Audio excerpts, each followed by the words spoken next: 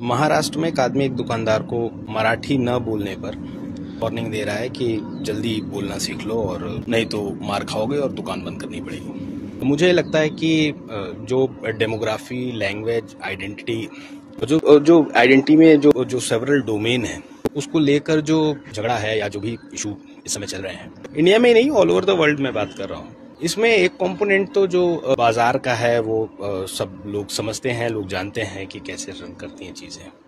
जो पॉलिटिक्स का एंगल है वो भी समझ में आता है, ठीक है, कि पॉलिटिकल पार्टीज, रीजनल पार्टीज कैसे चीज़ों को इन्फ्लुएंस करती हैं और उस आधार पर कैसे अपना बेस बनाती हैं, जो भी हो वो बातें तो सबको पता है। लेकिन जो बात मुझे समझ में आती है इस बात से कि पूरे दुनिया में और खासकर हमारे सब कॉन्टिनेंट में और भारत में तो कि हम लोगों ने कल्चरली जो हम चाहते हैं कि हमको ऐसा लगता है कि हम डोमिनेट कर रहे हैं, एक्चुअल में तो ऐसा है नहीं।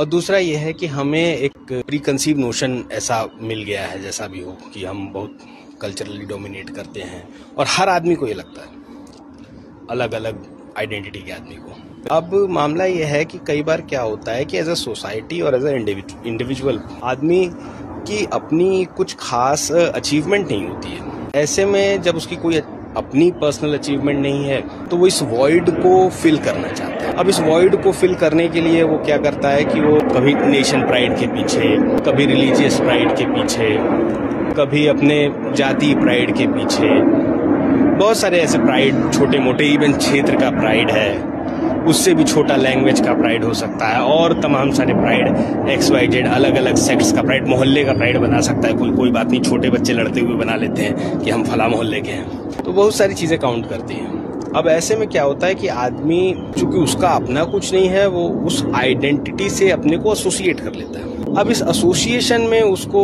एक, उसका जो प्लेजर प्रिंसिपल है, उसको एक सेंस ऑफ प्लेजर उसको मिलता है, शायद डोपामाइन दिमाग में छूटता हो या जो भी होता हो।